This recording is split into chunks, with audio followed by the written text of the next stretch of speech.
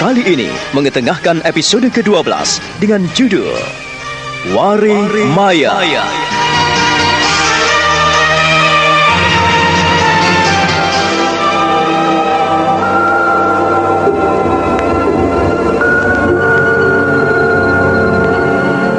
Aji Sukmo semakin khusyuk, duduk bersemedi di ruang semadi belakang Istana Kesatriaan Mataram. Dalam alam maya itu, ia melihat sesuatu yang gaib tentang Dewi Kesuma, istrinya di alam perayangan. Gadis jin itu mengembangkan tangan penuh kerinduan, tersenyum lembut kepadanya. Aji Sukmo pun bangkit, lalu perlahan melangkah, saling menghampiri dengan sejuta rindu.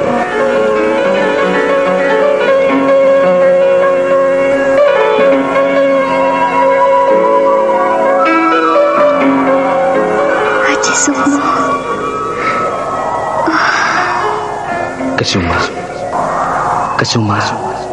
Kakang Sukmo. Oh, Kesuma. Kakang Sukmo. Kesuma. Mengapa kita tidak bisa turun ke alam nyata? Mengapa Kesuma? Kita harus menghadap Kanjeng Romo. Itu tidak mungkin. Tidak mungkin, Kakang Sukmo. Aku tidak mungkin bisa hidup di alammu. Sebab aku harus kembali dalam alam yang telah tersedia untukku. Tidak. Kita harus bilang pada Kanjeng Romo supaya kita senantiasa bisa bersama-sama. Aku tidak tahu, Kakang. Aku pernah mengatakannya, tapi Kanjeng Romo tidak mampu melakukannya. Demikian pula dengan Kanjeng Ibu, karena mereka telah terikat dalam suatu perjanjian. Bagaimana kalau aku yang bilang kepada mereka? Kau mau bilang kepada mereka? Ya. Tapi aku tidak yakin. Apakah mereka dapat meluluskan permohonan kita? Aku ingin mencobanya. Ayolah, kita menemui mereka.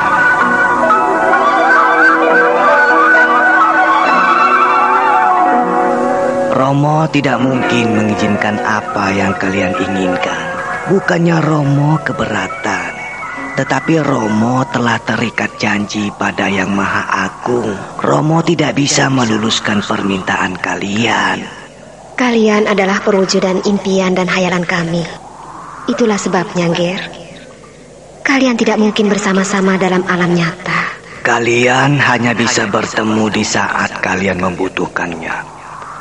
Kalau Sukmo menginginkan kehadiran Kesuma, kau cukup memanggil namanya sambil memegang ujung sampur Jala Sutra.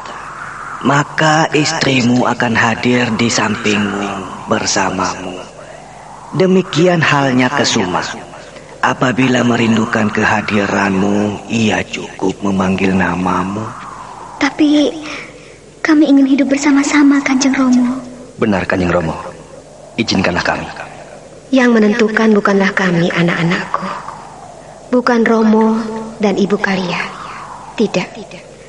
Tetapi kami telah terikat janji pada Yang Maha Dewa, pada Yang Maha Agung, dan pada Yang Maha Kuasa, pada Yang Maha Wisesa. Kami tidak mungkin mengingkari janji hingga kami jatuh dalam kutukan, dalam hukuman yang akan merugikan kalian berdua. Artinya kami sudah tidak bisa menikmati kehidupan bersama di alam nyata, Kanjeng Ibu. Bukannya tidak bisa, anakku. Tetapi apa yang dikatakan oleh Kanjeng Ramamu sudah benar adanya, bahwa kalian bisa bersama-sama sewaktu-waktu, tetapi tidak bisa selalu bersama-sama. Itulah intinya kehidupan dua alam yang berbeda, Ger.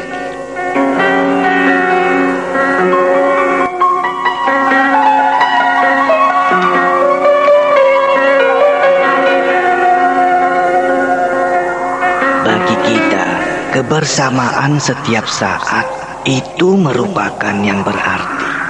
Kelonggaran kalian bisa setiap saat bertemu. Itu merupakan kemurahan Gusti Yang Maha Agung. Tapi inilah kita, Ger, anak-anakku. Selalu dihinggapi rasa tidak puas, rasa ingin ini, rasa ingin itu. Cobalah untuk bisa menerima kenyataan dan keadaan. Adalah keuntungan yang luar biasa ketika Kanjeng Ramamu bisa hidup bersama ibumu. Demikian halnya dengan kalian. adalah suatu kebanggaan yang tidak bandingnya. Karena kalian bisa bertemu dan bisa melahirkan di Sang Kusuma. Kusuma berusaha untuk menerima Kanjeng Romo. Sukma juga berusaha untuk menerima Kanjeng Romo. Apa yang ada dan bisa saya raih akan saya terima dengan senang hati. Terima kasih atas pengertian kalian. Catatlah selalu bahwa tak terkabulnya keinginan kalian yang satu itu bukanlah suatu yang mati. Bukanlah sesuatu yang tak terjawantahkan lagi. Ada sesuatu yang bisa kalian bina. Suatu ketika, kalian akan bersama-sama dalam alam nyata yang sulit kalian terima dan kalian mengerti. Ia hadir dari seorang durjana. Ia hadir dari seorang yang terhina. Dia hadir di antara yang nelangsa dan kini. Ia hidup seorang diri di tengah hutan bersama seorang nenek. Dan dari rahimnya telah melahirkan seorang bocah mungil. Kanjeng Ibu, apakah yang Kanjeng Ibu maksudkan adalah Jokololo? Jokololo? Iya. Ya, ia telah menghadirkan Jokololo. Kanjeng Ibu, dialah yang bisa mendampingimu, Ger. Jadi Sukmo pun harus menikahi Roro Sunti.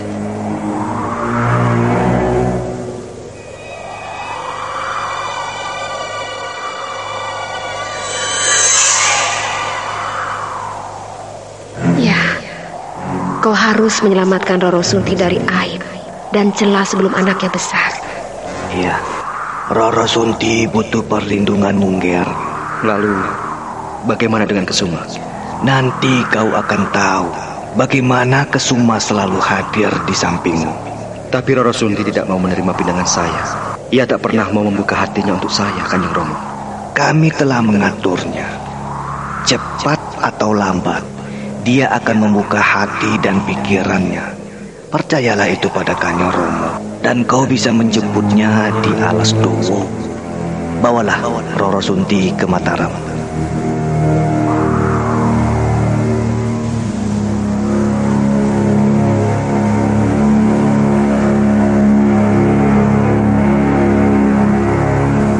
Aji Sukmo benar-benar belum memahami apa yang disampaikan Ki Ageng Jayakusumo. Ia menghormati kedua orang mertuanya itu. Lalu ia memeluk Dewi Kesuma, istrinya di alam perayangan. Dewi Kesuma tersenyum lembut dan memberikan doa restu. Hal itulah yang membuat Aji Sukmo bertanya-tanya. Pada saat itu pula, dalam tubuh jasmaninya kembali menyatu tubuh rohaninya. Aji Sukmo mendesah panjang.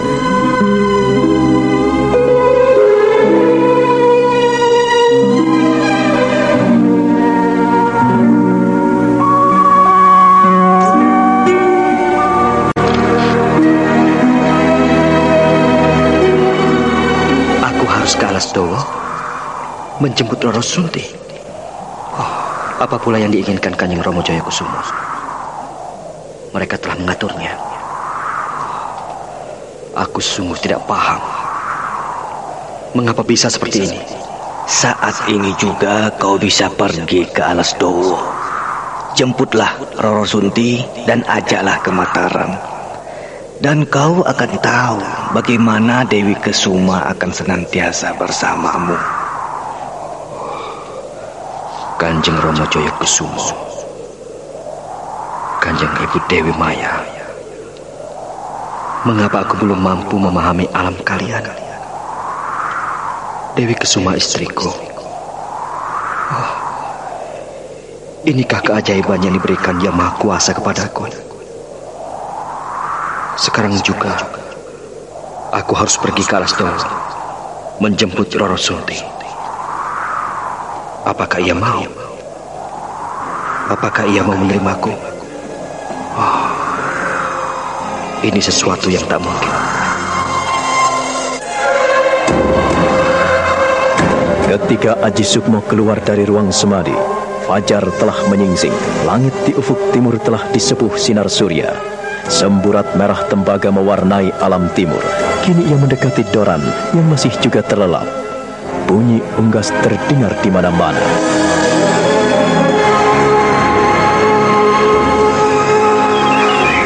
Doran, bangunlah. Doran, bangun.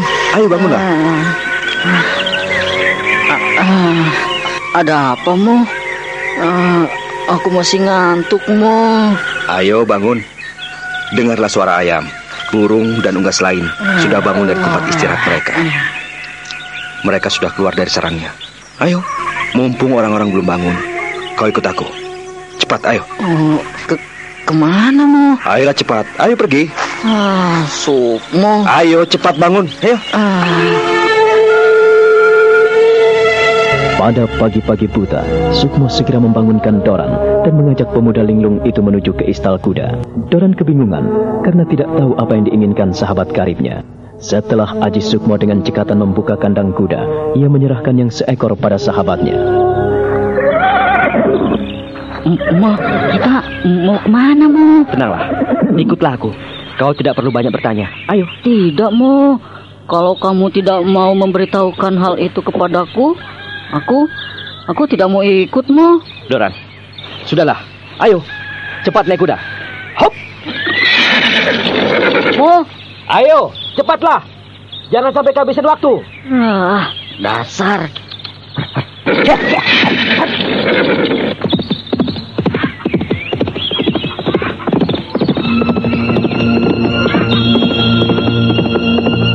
Tanpa menunggu jawaban lagi, akhirnya Doran pun mengikuti jejak Sukmo. Ia melompat ke punggung kuda dan mengendarai kuda coklat itu, mengikuti si hitam, berjalan semakin cepat dan berlari kencang meninggalkan Mataram.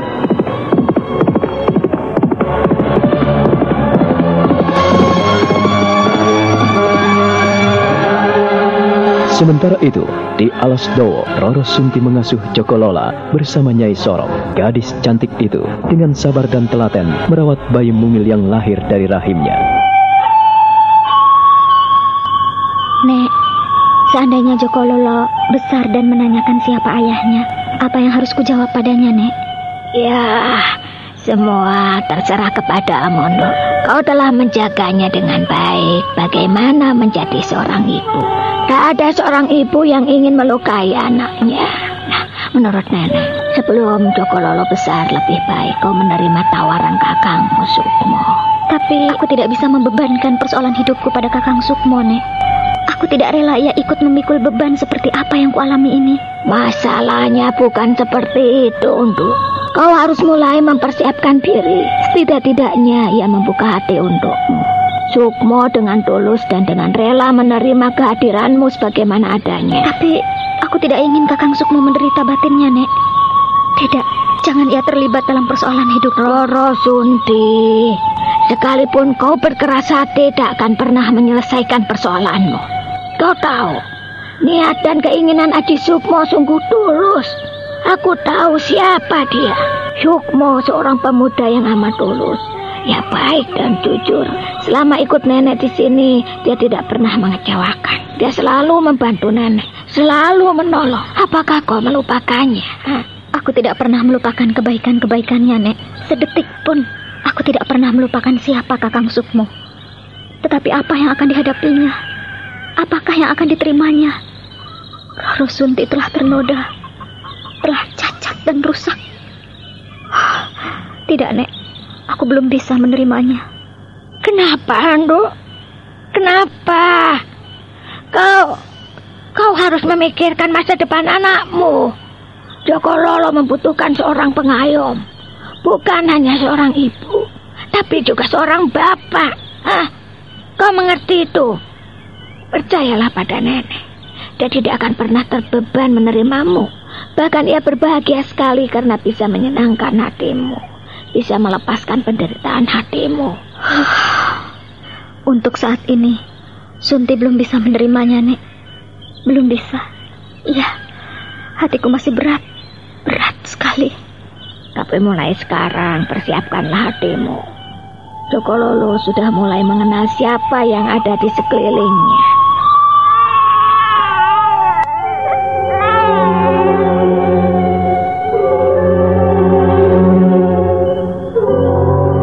Roro Sunti terketuk ketika mendengar anaknya menangis.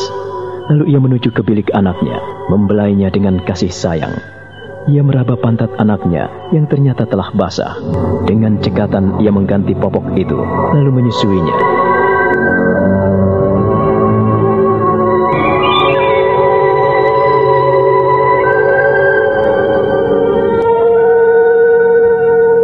Sementara itu, di Istana Mataram, Wulan baru saja bangkit dari pembaringan. Pagi itu, ia merasa lelah dan malas sekali untuk bangkit. Setelah ia membasuh wajahnya, kemudian ia melangkah menuju ke Wisma Kiwari. Beberapa hari saya tidak melihat Sukmo, Paman. Ia di mana? Baru saja Paman ingin pergi ke rumahmu, Wulan. Juga ingin menanyakan kawanmu itu. Entahlah, aku belum pernah menemuinya. Semenjak pulang dari Surabaya, Paman belum pernah menjumpainya. Wulan telah mencarinya di Wisma Kesatrian, Paman. Tapi tak ada. Doran pun tak ada. Pasti mereka pergi. Kalian biasanya bersama-sama, saling membantu, saling memberitahu bila bepergian. Kenapa sampai kau kehilangan jejak mereka? Beberapa hari saya sibuk dengan diri saya sendiri, Paman. Saya tidak menemui Doran dan Sukmo. Baru sekarang saya ingin menjumpainya. Tapi ia tak ada di tempatnya. Selalu saja pergi. Itulah seperti yang pernah kau tahu sejak kecil. Sukmo memang tidak pernah mau tinggal di rumah. Dia selalu bepergian dan enggan pamit. Kalau sudah punya keinginan, sulit dikendalikan. Aku tak mengerti mengapa ia masih tetap seperti itu. Ia memang keras kepala, Paman. Saya sendiri sampai kesal menghadapinya. Apakah kau telah menemuinya di Wisma Kesatrian? Biasanya ia bermain dengan Raden Mas Rangsang. Pangeran muda itu amat bersemangat bila berlatih dengannya. Ia tidak mau ketinggalan barang sedetik pun untuk menimba pengalaman dari saudaramu itu. Paman juga tidak tahu kira-kira kemana dia pergi? Paman tidak tahu, Wulan.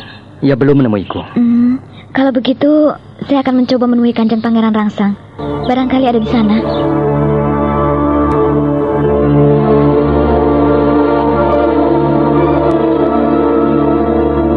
Wulan segera meninggalkan rumah Kiwari. Setelah berpamit, ia meninggalkan orang itu dengan senyum lembut. Ia langsung melangkah menuju ke kesatriaan. Sementara itu, Haji Sukmo dan Doran yang sedang ia cari kini sudah sampai di hutan Sadang.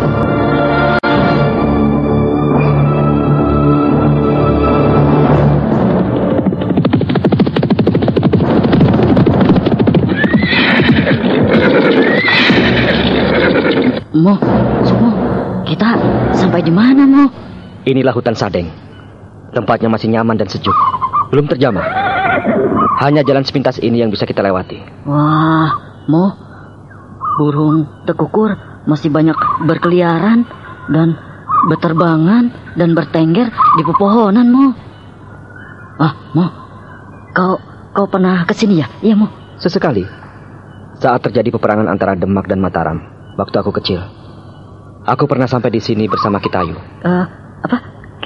Kitayu? Iya. Orang tua yang selalu memperhatikan hidupku. Bahkan mengajariku bagaimana untuk mengenal ilmu gaib dan bagaimana agar aku bisa mendapatkan Sampur Jala Sutra. Dialah pendorong utamaku. Dan aku tidak akan pernah melupakannya. Siapa, Mo? Kitayu? Iya. Aku tidak tahu, Mo. Siapa, Mo? Kitayu adalah guruku. Dialah yang membawa pusaka Kiai Pedang Kangkam yang diambilnya dari kakekku.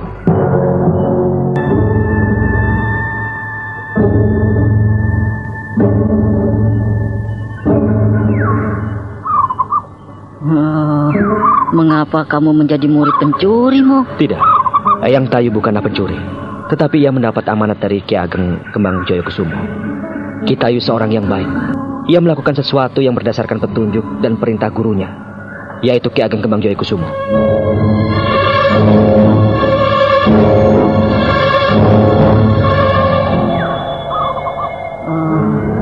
Lalu, Mo, bagaimana kamu bisa dekat dengan Kitayu, Mo? Ceritanya panjang, Doran. Kitayu memungutku dari jebakan yang gending. Setelah itu, ia berhasil merampasku dari orang jahat itu. Terus, kamu dibawa ke tempat tinggalnya? Iya, Mo? Iya. Betul. Tapi ia selalu membawaku dan mengawalku. Ia tidak pernah melepaskan aku. Membawa kemana, Mo? Haji Sukmo menghela napas panjang. Dahinya beranyam kerutan. Ia tersenyum pada Doran, lalu berpaling sebelum akhirnya mengisahkan apa yang pernah dialaminya dengan Kitayu. Hatinya berdesir saat teringat lelaki tua yang kini telah tiada itu.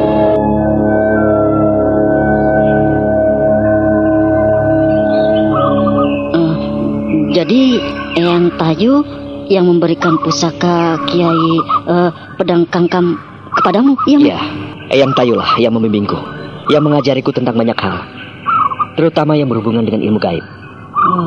Mo, kamu selalu beruntung, Sukmo. Mengapa aku tidak seberuntung dirimu ya, Mo ya? Setiap orang memiliki bakat dan kesenangan sendiri-sendiri, sesuai dengan apa yang digariskan Yang Maha Kuasa. Doran. Iya, Mo. Kau tidak perlu iri hati. Kau tidak perlu cemburu dengan apa yang dimiliki oleh orang lain. Maksudku, kamu selalu mujur, Mo, mendapatkan orang-orang yang mencintaimu. Nah, coba saja kamu ketemu Eyang Gunuk, ketemu Eyang Tayu, ketemu Nyai Sorok. Apakah itu tidak beruntung, Mo? Iya, aku memang sangat beruntung, dan aku mendapatkan banyak kemujuran. Namun kemujuran itu pun tidak datang dengan tiba-tiba, Doran. Semua itu harus kuusahakan, harus kuperjuangkan, harus kutekuni, dan harus kulangkai. Iya, Mo. Bukankah sejak kecil kita sudah berharap, bercita-cita, berkeinginan, berhayal agar kita menjadi orang yang berarti, orang yang utama? Ingat. Dan kau pasti tidak akan pernah melupakan bagaimana kita bisa bermain di kali. Berkejaran di lumpur saat sawah mau tandur, bermain di kali. Bagaimana kau dipatilkan Nile? Bagaimana kita bermain dengan hantu kuburan? Bagaimana kita bisa bermain-main di tempat yang wingit dan angker? Kau tidak melupakannya, bukan? Iya, Mo. Tapi kamu selalu yang utama, Mo. Aku selalu saja kalah. Dalam hal memperjuangkan sesuatu hal dalam hidup kita, tak ada yang kalah atau menang. Loh, mengapa begitu, Mo? Bukankah aku memang kalah, Mo? Kau tidak kalah, dan aku tidak menang. Dora, yang ada adalah nasib dan keberuntungan. Ingat-ingatlah ini. Jikalau kau sesat, maka kau akan bebas. Apabila kau sedih, maka kau akan senang. Di mana kau terluka, maka kau akan sembuh. Tapi, Mo, saat aku terluka oleh bisul-bisul racun hantu kuburan itu, aku tidak sembuh, Mo. Waktu sembuh, lihatlah, Mo. Lihatlah diriku ini. Menjadi bopeng seperti ini kan, Mo? Iya. Jika dirimu bopeng, bukankah semua karena kesalahanmu? Tapi setidak-tidaknya kau tidak menderita lebih parah lagi. Kau tidak mau bersyukur tentang hal ini? Iya, Mo, iya. Aku bersyukur. Aku berterima kasih kok. Syukurlah kalau begitu. Artinya kau masih menghargai anugerah dan pemberian Yang Maha Kuasa. Dan sekarang pupuklah rasa syukur itu. Peliharalah bisikan terima kasih pada Yang Maha Kuasa itu. Jangan kau lupakan. Sudahlah, ayo kita pergi dari sini sebelum matahari makin terik. Ayo.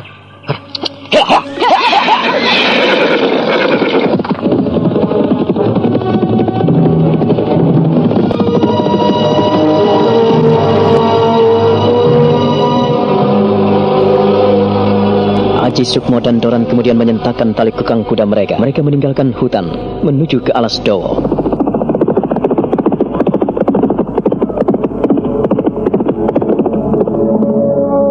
Sementara itu, Wulan yang mencari Doran dan Aji Sukmo kini sampai di Wisma Kesatrian.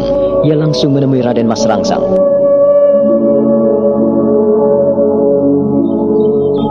Aku tidak melihat mereka, Den Ajeng. Memang biasanya Kang Mas Sukmo ada di sini bersamaku. Tetapi beberapa hari ini aku tidak melihatnya. Lantas, kemana ya mereka pergi? Kau sudah mencarinya di wisma ayahnya? Iya, baru saja saya dari sana. Paman Wari menganjurkan agar saya kemari. Ternyata dia tidak di sini. Aneh. Apanya yang aneh, Den Ajeng? Ya Aji Sukmo itu. Dia tidak pernah menghargaiku.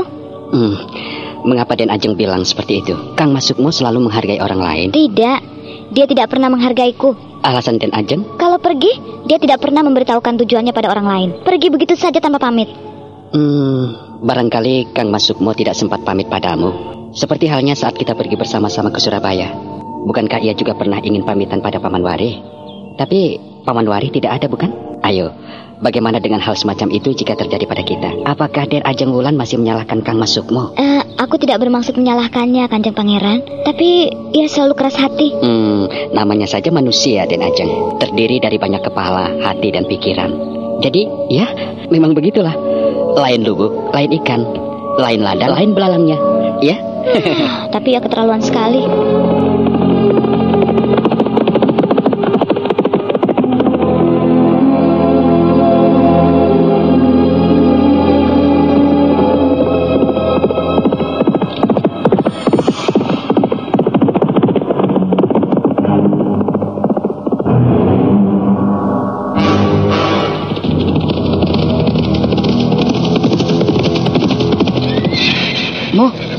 Mengapa berhenti, Mo? Perasaanku tak enak. Seperti ada yang keberatan dengan kepergianku. Mo, dari mana kamu tahu, Mo?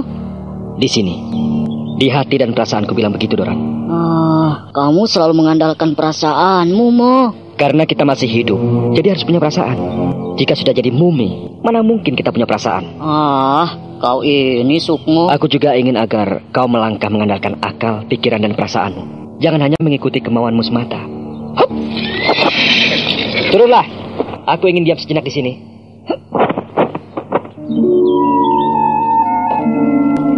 Mo, tolong bantulah aku. Ayolah. Ada yang memikirkan kita. Kita harus telusuri siapa yang membutuhkan kita saat ini.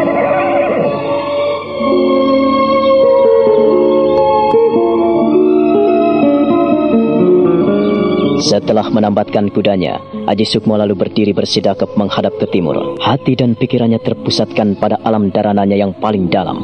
Tak lama kemudian, ia pun menepuk bahu Doran agar kembali melanjutkan perjalanan. Doran menggeleng-gelengkan kepalanya.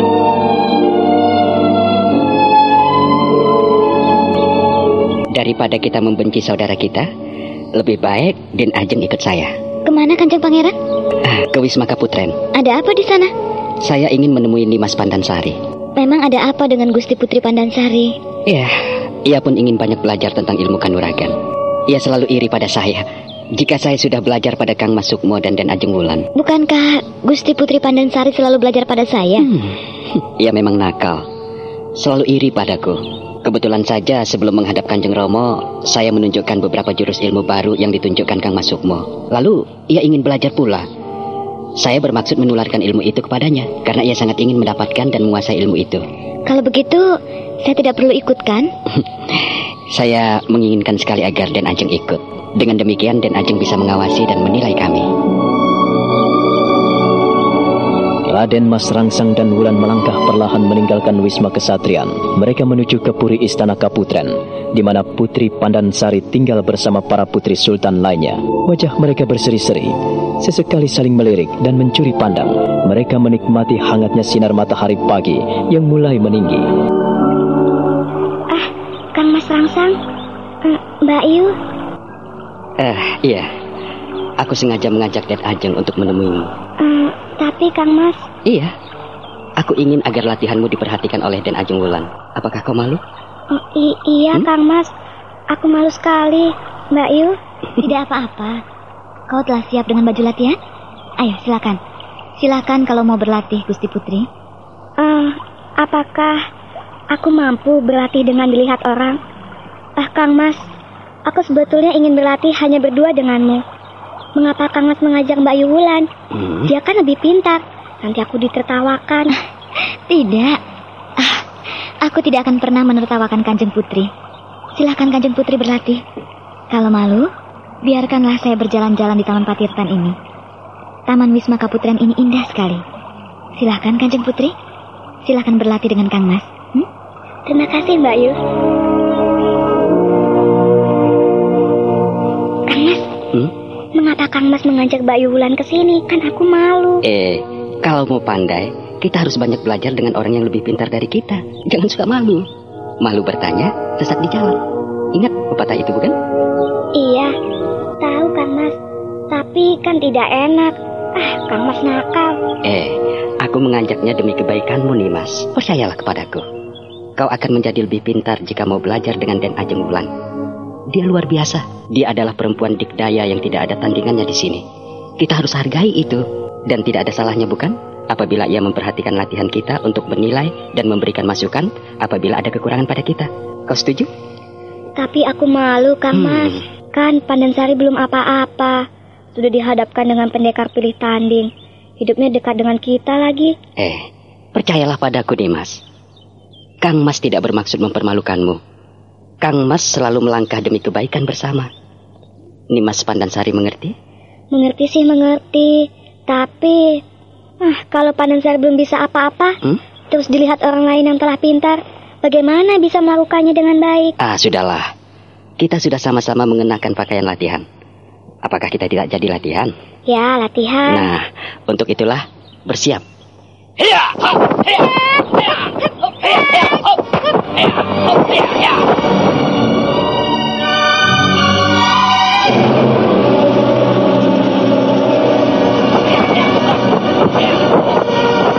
Putri Pandansari dan Raden Mas Rangsang semakin giat berlatih ilmu silat. Mereka saling melancarkan pukulan-pukulan maut.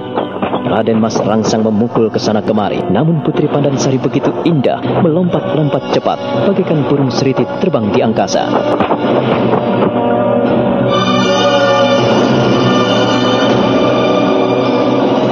Sementara itu, Doran dan Sukmo dalam perjalanannya menuju ke Alas Dowo kini sudah mendekati gubuk Nenek Sorong. Mereka semakin memperlambat derap kuda mereka.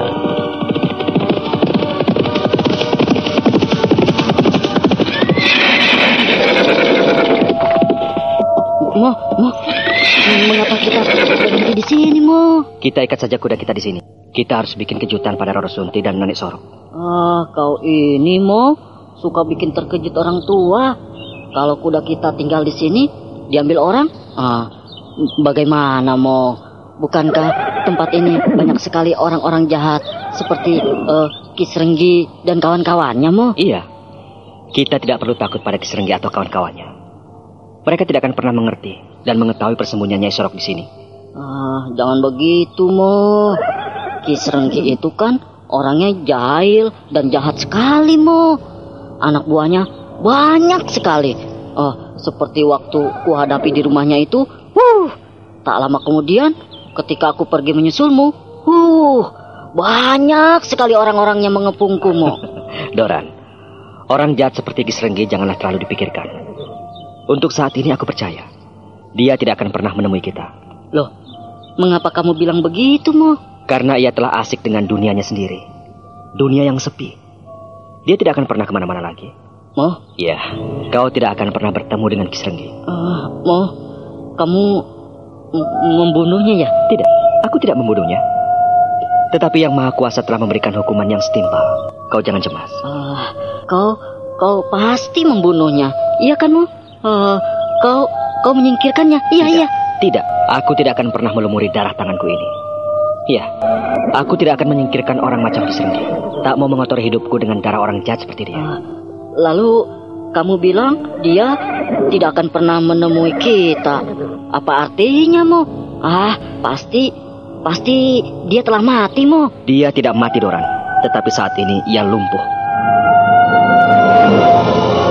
Aji Sukmo kemudian menceritakan dengan singkat pertemuannya dengan Kisrenggi dan Kalongking di hutan Salap. Pertemuan mereka di mana Aji Sukmo mampu menjatuhkan Kisrenggi yang ingin mencelakakan dirinya. Kalau begitu, sekarang dia ada di mana, Mo? Aku tidak tahu. Gawat, Mo. Kamu telah melumpuhkan orang itu, Mo. Pasti ia akan melakukan dendam, Mo. Iya, dendam Mo. Atau tidak, itu terserah padanya. Sudahlah, ayo. Lupakan Kisrenggi dan kita tak pantas memikirkan orang itu. Ayo, silakan.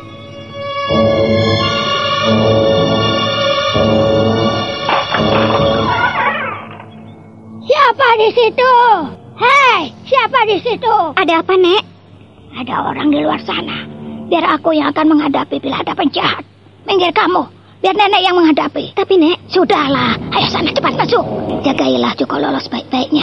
Jangan sampai terjamah oleh orang-orang jahat. Biar nenekmu yang tua ini yang menghadapinya. Ayo cepat. nanti kalau nenek tidak bisa menghadapinya. Sudahlah, ayo jangan khawatir. Ayo cepat. Masuklah dan lindungi Joko Lolos baik-baiknya. Hei, siapa di situ? Hei, kau dengar aku tidak? Kalau kau orang baik-baik, nampakkanlah dirimu dan masuklah ke rumah. Tetapi bila kalian berniat jahat. Jangan macam-macam di sini.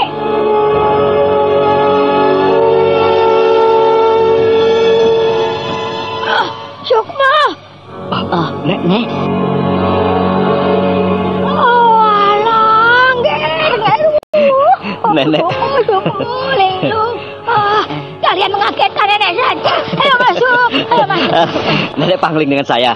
Aku tidak pangling denganmu. Hanya dengan kebandelanmu itulah yang membuat nenek bingung. Wah, kau ini macam-macam saja. Maafkan aku, Nek. Aku memang sengaja mengagetkan nenek. Ya kan, Nek? Kau ini. Bagaimana keadaan Roro Sunti, Nek? Baik. Ya, tidak apa-apa. Ayolah kalian masuk. Jangan berdiri di sini. Ayo.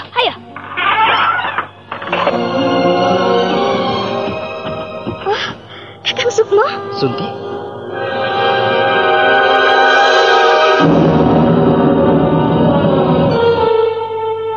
Sunti? Kau? Kau semakin gagah, Kakang. Kau tambah gemuk dan tampan. Terima kasih atas pujianmu. Di mana anakmu? Ia tidur, Kakang. Ia ada di dalam.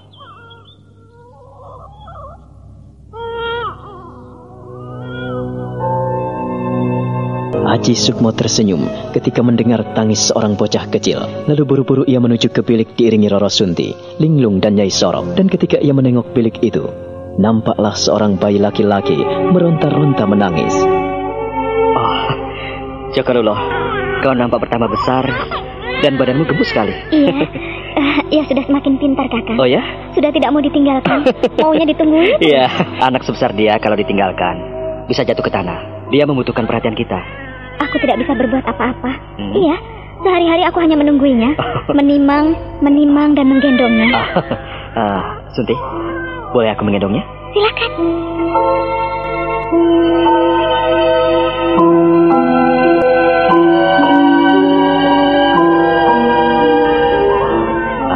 Ayo dulu, ikut bapak ya.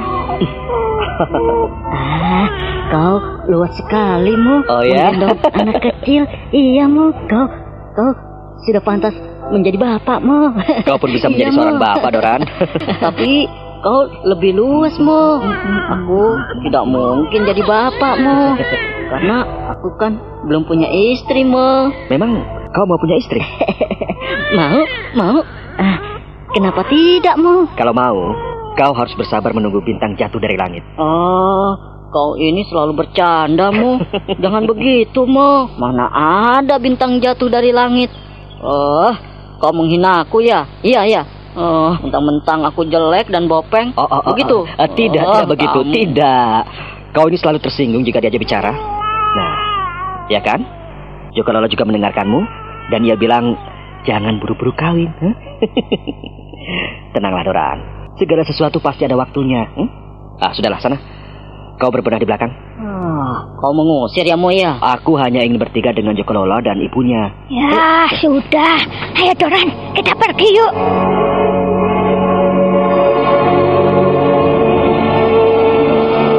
Nah, betul kan? Itu Paman Doran memang lucu dan mudah tersinggung. Sekarang hanya ada kau, aku dan ibumu. Jokolola? Kelak, jika kau sudah besar, kau harus bisa menjadi seorang pemuda yang baik. Seperti Aji Sukmo. Tentu, Jokolulo harus bisa seperti Aji Sukmo yang bandel, beling, nakal, tapi cerdik dan pintar. Iya. Beberapa saat lamanya Aji Sukmo menimang-nimang bocah kecil itu dalam dekapannya. Roro Sunti memperhatikannya dari sebelahnya dengan tatapan sendu dan lembut.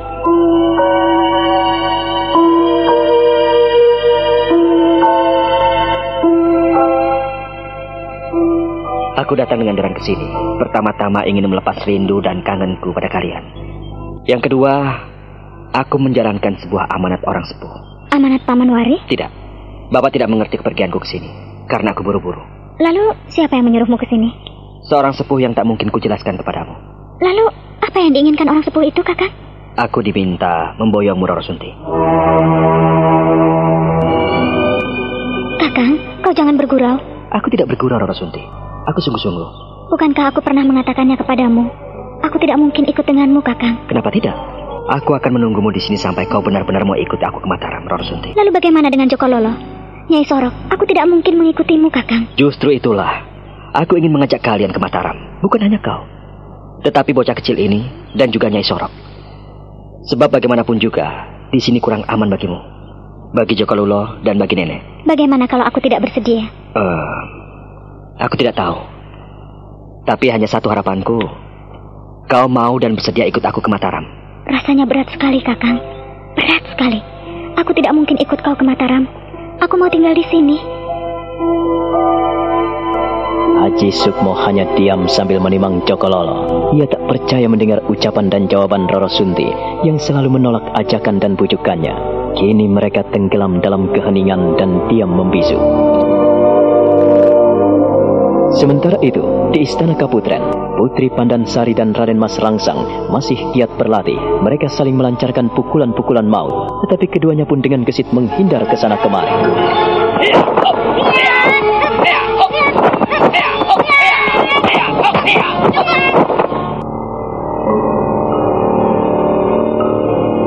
Latihan kalian kupikir sudah cukup. Gerakan-gerakan kalian sungguh cepat dan indah. Aku suka melihatnya. Dan Ajeng Wulan tidak meninggikan kami. Saya belum merasa cukup untuk berlatih gerakan-gerakan itu. Gusti Putri luar biasa. Dengan pukulan-pukulan maut itu, Gusti Putri bisa menjaga diri dengan baik. Seandainya ada orang yang ingin mencelakakan Gusti Putri. Saya tidak pernah berpikir ke sana, dan Ajeng. Saya hanya ingin memperlengkapi diri saja. Selebihnya, mana mungkin saya bisa melakukan gerakan-gerakan sebebas dan Ajeng. Saya hanyalah perempuan pingitan yang tidak bisa keluar dari tembok benteng ini. Gusti Putri bisa keluar dari sini. Tapi itu mengandung resiko. Saya tidak mau menghadapi prajurit-prajurit Kanjeng Romo yang ganas dan galak. Kanjeng Romo tidak akan pernah mengampuni saya apabila saya melanggar peraturannya. Iya, Nimas Pandansari tidak mungkin meninggalkan Istana Kaputren ini tanpa seizin Kanjeng Romo dan Ajeng. Tapi Kanjeng Sinuwun seorang yang baik, seorang ayah yang bijaksana. Ia tidak mungkin membiarkan anak-anaknya tenggelam di balik tembok istana ini. Ya, sekalipun segala keperluan dicukupi, namun apabila kita tidak pernah meninggalkan tempat ini, bagaimana kita bisa belajar dari lingkungan yang ada di sekitar kita? Suatu gagasan yang bagus. Aku akan mengusulkan hal ini pada Kanjeng Romo. Kang Mas? Iya, aku akan bilang pada Kanjeng Romo, dan aku akan memintakan izin untukmu, Pandansari. Kau tidak berlebihan, kan? Aku tidak berlebihan, dan aku benar-benar akan bilang pada Kanjeng Romo bahwa kau butuh angin segar. Kau tidak hanya harus duduk diam di balik tembok istana yang tinggi ini. Aku akan mengajakmu berjalan-jalan. Aku akan mengajakmu kemana saja kau suka. Dan kita akan belajar bersama-sama untuk menikmati indahnya alam raya ini. Kang Mas, kau hanya akan mengundang murka Kanjeng Romo. Itu tidak akan mungkin. Kanjeng Romo tidak akan pernah marah pada kita apabila kita mau berterus terang. Iya, ada baiknya jika kalian menghadap bersama-sama. Kau harus bilang pada Kanjeng Romomu. Ya, Kanjeng Putri? Tapi saya harus menjalani pingitan ini sampai pada akhirnya ada laki-laki yang meminang saya. Itulah nasib perempuan di sini. Semua itu tergantung kita. Kalau kita menantangnya, apakah orang tua kita akan memaksa kita untuk menikah? Itulah yang senantiasa membuatku gelisah. Bagaimana? Kalian bisa tunggu di sini. Aku akan ke Proboyekso. Aku akan ke Dampar Kencono untuk menemui Kanjeng Romo. Kang Mas? Raden Mas Rangsang tidak menghiraukan panggilan adiknya. Ia terus melangkah meninggalkan Pandansari dan Wulan menuju ke istana Proboyekso. Putri Pandansari hanya bisa menggeleng-gelengkan kepala lalu menunduk di hadapan Wulan. Wulan tersenyum lembut dan menghampirinya. Nah, bagaimana kisah selanjutnya? Saudara pendengar, silahkan menunggu seri berikutnya dalam serial Wahyu Astabrata ini. Sampai jumpa.